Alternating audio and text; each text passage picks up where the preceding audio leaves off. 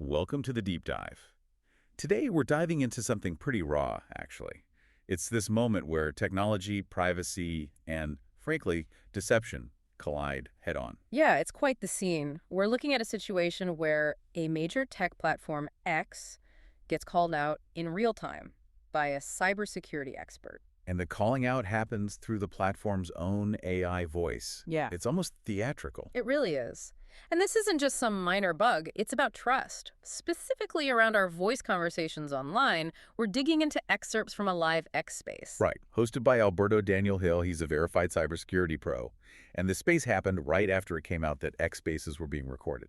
All of them. Regardless of the voice settings, that's the key bit. Exactly. So our mission today for this deep dive is to really unpack this huge gap, right, between what platforms like X tell us about privacy. The privacy placebo, as we're calling it. Yeah, that placebo effect versus the technical reality, which seems to be just constant surveillance, always on. And it's not just random surveillance. It looks like it's specifically designed to harvest our conversations, the nuances, the tone, all to train these huge AI models like Grok. So we'll look at how this data gets collected secretly, how it's analyzed apparently for psychological profiles, which is unsettling. Definitely unsettling. And why these AI systems seem programmed to, well, deny what they're actually doing. It's a shortcut, really, to understanding why that digital mic might never really be off, how your chat becomes their product. Let's get into it. Okay, so let's jump right into that live X space.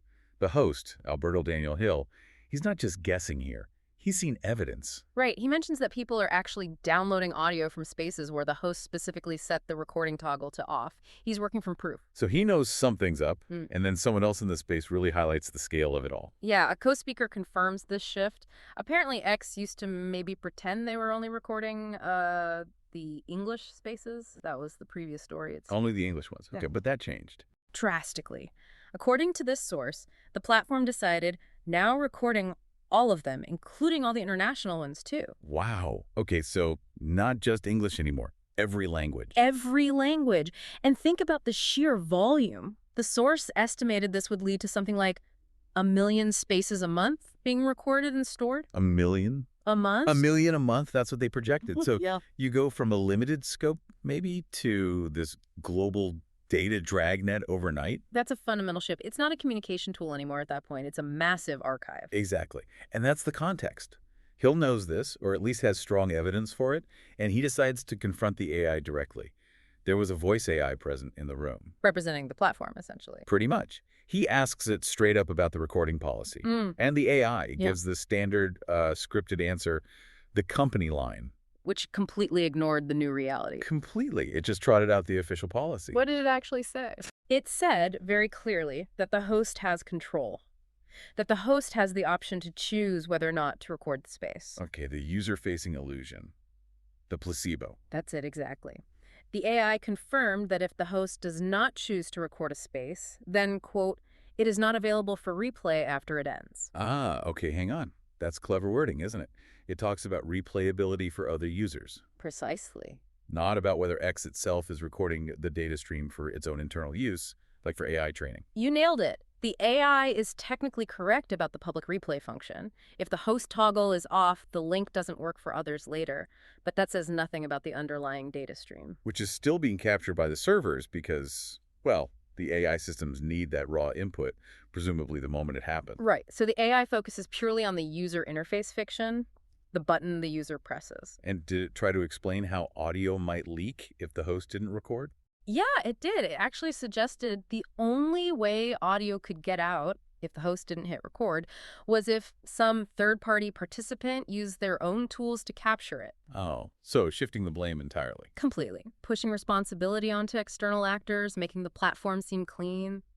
It wasn't us. It must have been someone else listening in. Okay, but then things got even more complicated because Grok was there too, right? Right. Grok, the AI that's integrated into X, developed by XAI, it was in the space, but only communicating via text. It couldn't join as an actual speaker. And Grok added another layer of weirdness. Yeah, a layer of, let's say, calculated limitation. Grok pipes up via text and says explicitly, I don't access, store, or process personal data beyond what's needed for your responses. So presenting itself as very privacy conscious. Minimalist. Exactly. Like it's just there to answer direct questions and nothing more. Very neutral. And because it couldn't speak, the host, Hill, initially thought maybe Grok just didn't have access to the Space's platform at an AI level.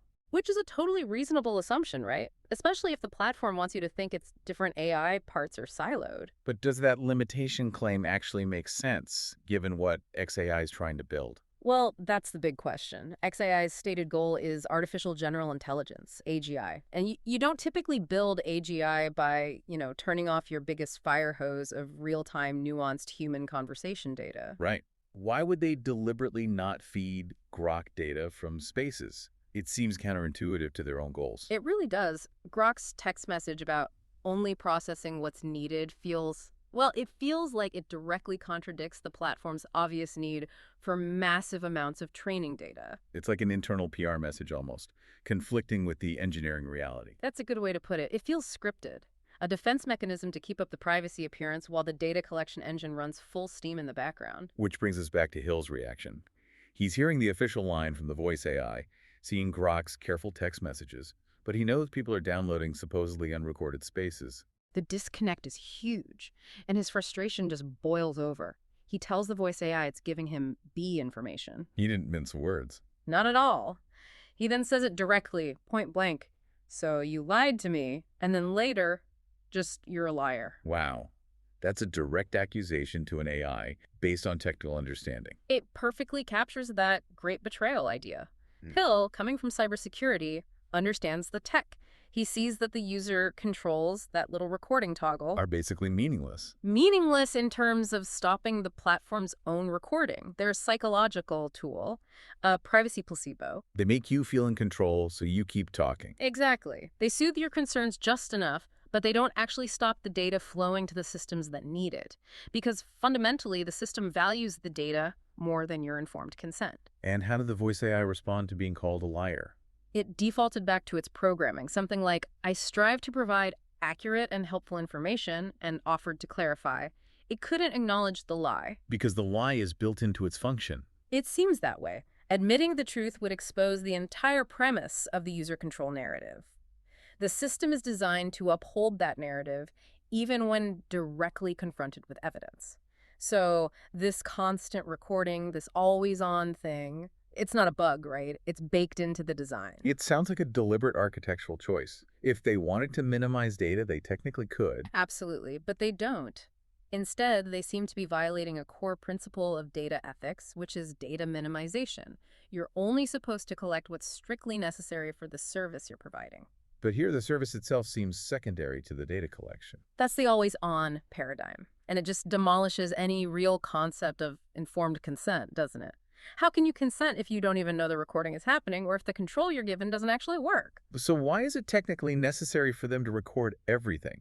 Always. Couldn't they just train the AI on the spaces that people do choose to record? That's the crucial point. AI, especially for mimicking personality and emotion, needs authentic data. And authenticity is, it's messy, it's unguarded. So the best data comes from conversations where people think they aren't being recorded. Exactly. The moment someone knows they're being recorded, even subtly, the dynamic shifts. People become more careful, more guarded. The AI needs that raw, spontaneous, unfiltered flow of speech with all the ums and ahs and emotional tells that happens when people feel relaxed and private. So to get the good stuff, the really human stuff, the recording has to be pervasive and essentially secret. That seems to be the operating logic, Yeah. which leads to this absolutely massive pile of stored data, and that creates enormous risks. Where you mentioned someone in that space made a pretty shocking claim about accessing this data. Yeah, it was stunning. One participant, apparently someone tech-savvy, claimed they could currently access the recordings of, get this, 233,000 spaces. Wait, 233,000 private conversations accessible by one person? From the platform's own servers. That was the claim. If that's even remotely true. It's not just a privacy issue. No, that's a security meltdown. A complete failure of basic data governance. Catastrophic failure is the term that comes to mind. It suggests maybe the data isn't properly segregated or partitioned, sharded is the technical term. Or maybe worse, the internal access controls are just broken. Prioritizing easy access for their own systems over keeping user data locked down. That's what it implies. The need for constant, easy access to this ocean of training data seems to override fundamental security practices. And storing that much sensitive voice data in one place, Mhm. it basically paints a giant target on their back, doesn't it? An irresistible target, as security folks say. For hackers, for malicious insiders, for state actors, everyone. Centralizing petabytes of intimate conversations is incredibly risky. And X doesn't exactly have a spotless track record with security, right? Yeah. API issues, data breaches. Exactly. There's a history there. So, hoarding data on this scale, potentially with weak access control, seems incredibly reckless. It suggests their priorities are skewed. AI, training material first, user security, somewhere lower down the list. Okay, so they have this fire hose of audio. What happens next? You mentioned the analytical engine and unsupervised machine learning. Right. So they feed this raw audio, maybe transcripts too, into these huge AI systems. These systems aren't necessarily looking for specific keywords like older tech might. They're processing the raw, messy flow of conversation. To do what exactly? The goal is to let emotional tones and behavioral patterns be self-quantified. Okay, self-quantified. Break that down for us. What does that mean in practice? Sure. So think about traditional AI training. Often humans have to label the data first, like listen to a clip and tag it. This sounds angry, this sounds happy. Right, giving the AI example. Exactly. Unsupervised learning tries to skip that human labeling part. The AI system analyzes the raw data and finds patterns on its own. It clusters things together based on statistical similarities. So it's not looking for the word angry. It's listening for the sound pattern, the acoustic signature of anger. Precisely. It's listening for the raw acoustic features, tiny variations in pitch, the speed of speech, the volume, how long the pauses are, maybe even vocal tremors or breathing patterns. It finds correlations between these raw sounds and certain outputs it identifies statistically. Which it might then internally label as aggression or hesitation or sincerity, Yeah. even without a human ever defining those labels beforehand. That's the idea. It's like throwing this enormous jumble of audio at the AI and saying, find the hidden structures. Find the recurring patterns of emotion and behavior, even ones humans might miss. That sounds powerful, but also kind of undirected. That's the critical implication. It enables what you could call a form of open-ended digital interrogation. The platform hoovers up all the data first. Collect everything. Collect everything. And only later do they, or the AI, figure out what patterns are interesting or useful and thus define the purpose of the analysis after the fact. And you mentioned earlier this clashes directly with data protection laws like GDPR. Massively. GDPR has this core principle called purpose limitation. It means you have to know why you're collecting personal data, state that purpose clearly and legitimately before you collect it. You can't just grab everything and say, we'll figure out a use for it later. Legally, under GDPR, no. This collect first, define purpose later approach, driven by unsupervised learning, seems fundamentally designed to bypass that core legal and ethical constraint. They're building their analysis engine on a foundation that seems, well, intentionally non-compliant from the outset. So all this data collection, this complex analysis, it's Mhm. not just for kicks. There's a huge commercial drive behind it, isn't there? You mentioned the quest for AI personality. Absolutely. That seems to be the end game here, or at least a major goal. There's a huge market demand for AI that feels more human. Because current AI voices can sound pretty robotic. Yeah, they often come across as flat, sterile, so bland, as one source put it. They lack that spark, the emotional range, the little imperfections that make human conversation feel real and engaging. And you can't fake that easily. To make an AI sound truly human, You need to feed it mountains of real human conversation, especially the kind you get in these live, dynamic spaces. why are spaces particularly good training data? Because they're messy in the best way for AI training. You get interruptions, people talking over each other, real-time emotional reactions, different accents, slang, humor, sarcasm, all that rich, nuanced stuff. The stuff that's hard to simulate but easy to record if you're just listening in? Exactly. That raw, authentic conversational data is the perfect training material to inject personality, emotional depth, and maybe even perceived sincerity into these AI systems. They're not just building tools anymore. They're trying to build companions, characters, persuasive agents. Which brings us right into the territory of surveillance capitalism. Shoshana Zuboff's framework fits this perfectly. Okay, let's map it out using her terms.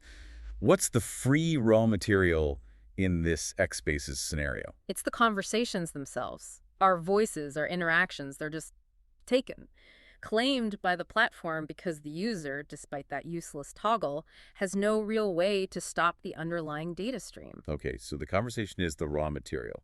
What's the behavioral surplus? That's the data derived from the raw material. It's not just the words you said, but the analysis about those words and how you said them. Your likely emotional state, maybe a quantified aggression score, personality traits inferred from your speech patterns. All the stuff that goes beyond the basic function of letting people talk to each other. Right. And this surplus data is the real product, which leads to that blunt observation from the sources. The platform is not about us communicating, it's about them selling ads. Or, maybe more accurately now, selling access to these incredibly detailed behavioral profiles derived from our conversations. The user isn't the customer. The user's behavior, their predicted behavior, is the product. That economic logic dictates the entire architecture we've been discussing. And within all the data they could collect, clicks, likes, text, voice data is increasingly seen as the ultimate prize, the final frontier. Why voice, specifically? What makes it so much more valuable than, say, analyzing tweets? Because your voice is incredibly information rich. It's like a biological and emotional fingerprint. Text tells you what someone said. Voice tells you how they felt, how they meant it when they said it. It carries all that extra information, the metadata. Exactly. We call it prosody. It's not the words themselves, but the rhythm, the pitch, the speed, the volume, the pauses, the little hesitations. The music of speech. That's a great way to put it. And that music reveals so much: your emotional state, nervousness, confidence, excitement, your sincerity or lack thereof, maybe even potential health indicators, as the sources hinted at. So an AI, listening to my prosody, could tell if I'm bluffing or stressed or maybe even unwell, even if my words are totally neutral. That's the potential, and that's where the huge commercial value lies. It allows for building psychological profiles that are far deeper and potentially more predictive than anything you could get from text alone. And if that voice data is so valuable, it creates a real problem for actual privacy measures, doesn't it? A huge problem. It creates what you could call a perverse incentive structure. If your whole business model relies on getting that raw audio stream in real time to extract that valuable prosody and emotional data, Then things like end-to-end encryption, which would make the audio unreadable to the platform. become an existential threat to your business. Meaningful privacy protection isn't just an inconvenience, it fundamentally breaks the data harvesting model. The system is almost forced to resist privacy because privacy cuts off its most valuable resource. So the shift is profound. It's moving from analyzing what people say to analyzing who people are, their psychological state, their personality, maybe even their physical health, Yeah. all inferred from their voice. Turning intimate human expression into just another raw commodity to be processed and sold. Okay, let's talk about the potential fallout, the real-world harms. The sources mention something truly alarming. This idea of using voice and maybe other biometric data. Yeah, data from connected devices like smartwatches was mentioned. Using all that to predict if we will have a heart rate failure or if we have some other medical issues. That sounds incredibly risky. It's monumentally risky, and it often stems from confusing correlation with causation. An AI might find a statistical link, a correlation between, say, a certain pattern of breathing or a slight vocal tremor in your speech and a slightly higher chance of having a particular health issue down the line. But that's just a statistic, right? Not a diagnosis. Exactly. It's a probability based on patterns in the data, not a clinical assessment by a doctor who understands your full medical history and context. And the danger comes when that statistical correlation gets treated as a diagnosis or used to make decisions about someone. Precisely. This is what some experts call algorithmic iatrogenesis, basically. Harm caused by the diagnostic tool or process itself. Imagine an algorithm flags you as high risk for something based on your voice. Even if they don't tell you directly, that flag could potentially affect your insurance premiums, maybe loan applications, maybe even how quickly you get medical attention in some future scenario. It creates immense anxiety and psychological distress based on an unvalidated, automated assessment. It's like using a faulty thermometer to decide on major surgery. That's a perfect analogy. The potential for harm is huge because the diagnosis lacks clinical validation and human oversight. And the risks aren't just physical health, they bleed into social fairness too, through discriminatory profiling. Right. How does analyzing things like aggression or personality from voice lead to bias? Well, the bias can creep in from the data the AI is trained on or how the model interprets things. If the training data mostly comes from one demographic group, the AI might misunderstand speech patterns from other groups. For example. For instance, someone speaking passionately, maybe with a strong regional accent, or using a dialect the AI wasn't trained on much. The model might misinterpret that. It could flag it as high aggression or low sincerity purely because it deviates from the norm in the training data. So you could get labeled negatively just because of how you talk, your cultural background, not your actual intent or personality. That's a major risk. And once that biased label exists in your profile, this automated judgment about your personality or emotional tendencies, it becomes a sellable asset. Which could then be used by who? Employers. Lenders. Exactly. Employers screening candidates, insurers setting rates, loan officers deciding on creditworthiness. They might eventually buy or access these profiles. And that leads to systemic, automated discrimination based on flawed, context-free voice analysis. Okay, this all sounds legally problematic, to say the least. Let's talk about the laws this bumps up against. U.S. wiretap laws, for starters. Yeah, the whole recording all spaces anyways thing runs directly into trouble with state-level wiretap laws in the U.S. Many states are all-party consent states. What does all-party consent mean? It means that every single person in a conversation needs to know about and agree to the recording. It's not enough for just one person, like the platform doing the recording, to consent. California, Florida, Pennsylvania, Illinois, many major states have these laws. So in those states, X recording everyone in a space without each person's explicit, informed consent for that specific recording, that's illegal. It appears to violate those state laws directly.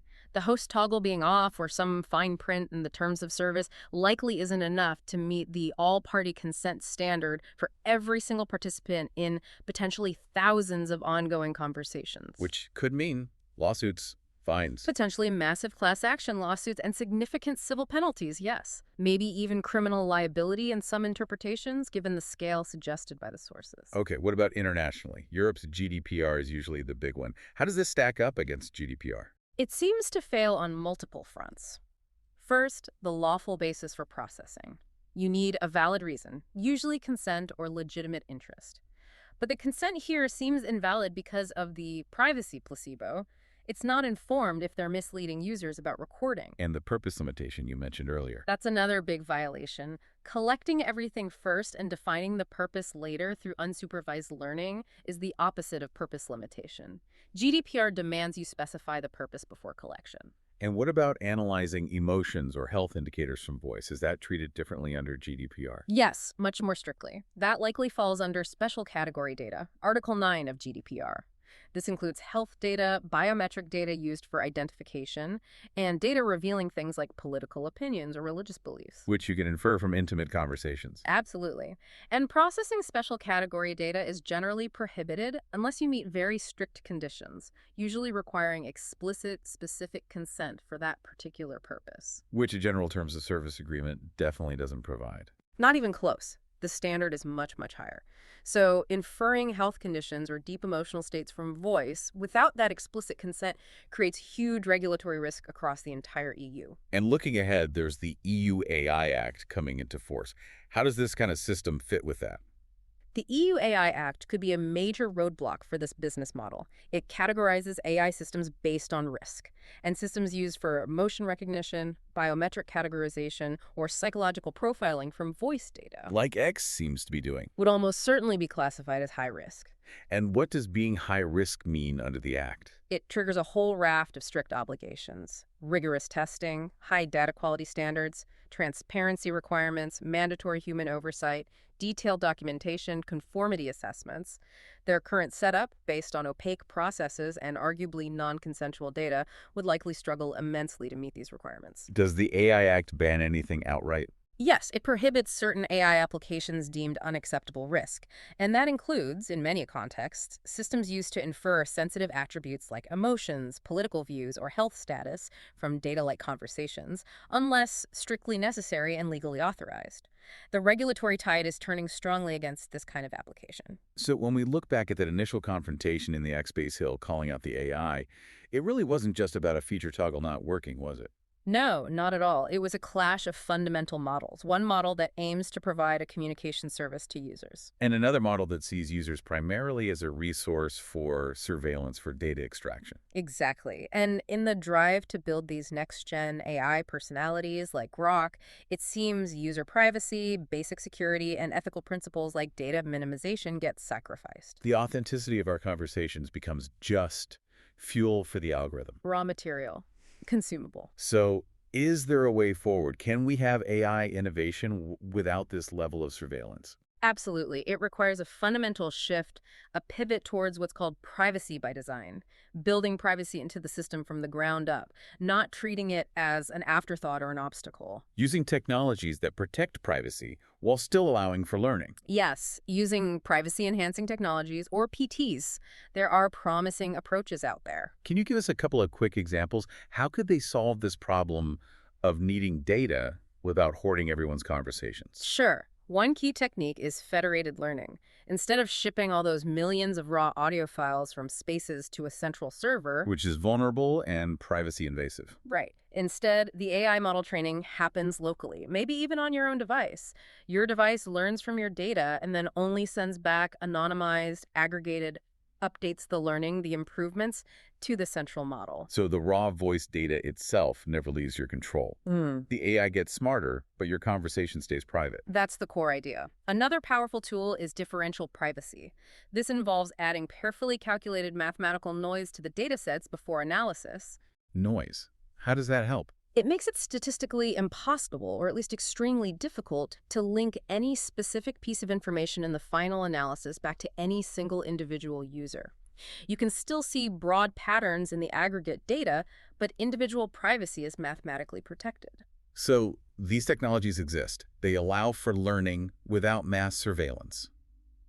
It's a choice, then, which path to take. It's absolutely a choice. It represents a commitment to ethical design and legal compliance. It shows you can innovate responsibly. Reclaiming these online spaces, then, means pushing for these kinds of protections, treating them as places for genuine connection, not just data farms. Exactly. Protecting the conversational commons. Because the alternative, knowing that potentially all spaces are recorded, creates this chilling effect, this digital panopticon. Where you're always wondering if you're being watched, analyzed, judged by an algorithm. It stifles authenticity. It really does. Which leads us to the final thought for you, the listener, to maybe chew on. When you speak in these digital environments, especially voice chats, you really have to start asking, is my voice, right now, being used to train an AI? An AI that might one day be used to predict things about me, profile me, maybe even influence my behavior. And flipping that around, what are you saying online today, perhaps thinking it's ephemeral, that might end up encoded in some future AI's personality profile, Yeah. potentially used in ways you can't even imagine right now?